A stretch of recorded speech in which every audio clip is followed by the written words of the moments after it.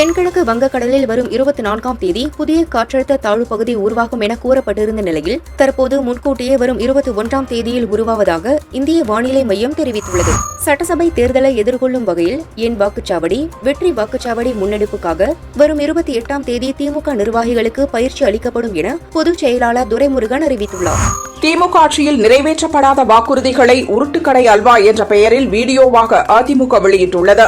கரூரில் நிகழ்ந்த எதிர்பாராத சம்பவத்தில் உயிரிழந்தவர்களுக்கு அஞ்சலி செலுத்தும் வகையில் இந்த ஆண்டு யாரும் தீபாவளி கொண்டாட வேண்டாம் என நிர்வாகிகளுக்கு தாவேகா பொதுச் செயலாளர் ஆனந்த் அறிவுறுத்தியுள்ளார். திராவிடம் என்றால் என்ன என்று முதல்வர் ஸ்டாலின் விளக்கம் அளிக்க வேண்டும் என நாம் தமிழர் கட்சியின் தலைமை ஒருங்கிணைப்பாளர் சீமான் வலியுறுத்தியுள்ளார். காங்கிரஸ் கட்சி மீதான விசுவாசத்தால் 2019இல் பாரதிய ஜனதா வழங்கிய துணை முதல்வர் வாய்ப்பை உதறிவிட்டு சிறை சென்றேன் என கர்நாடக துணை முதல்வர் டி.கே. சிவக்குமார் விசுவாசத்தின் சின்னம் டி.கே. சிவக்குமார் என்ற புத்தக வெளியீட்டு விழாவில் பேசியுள்ளார்.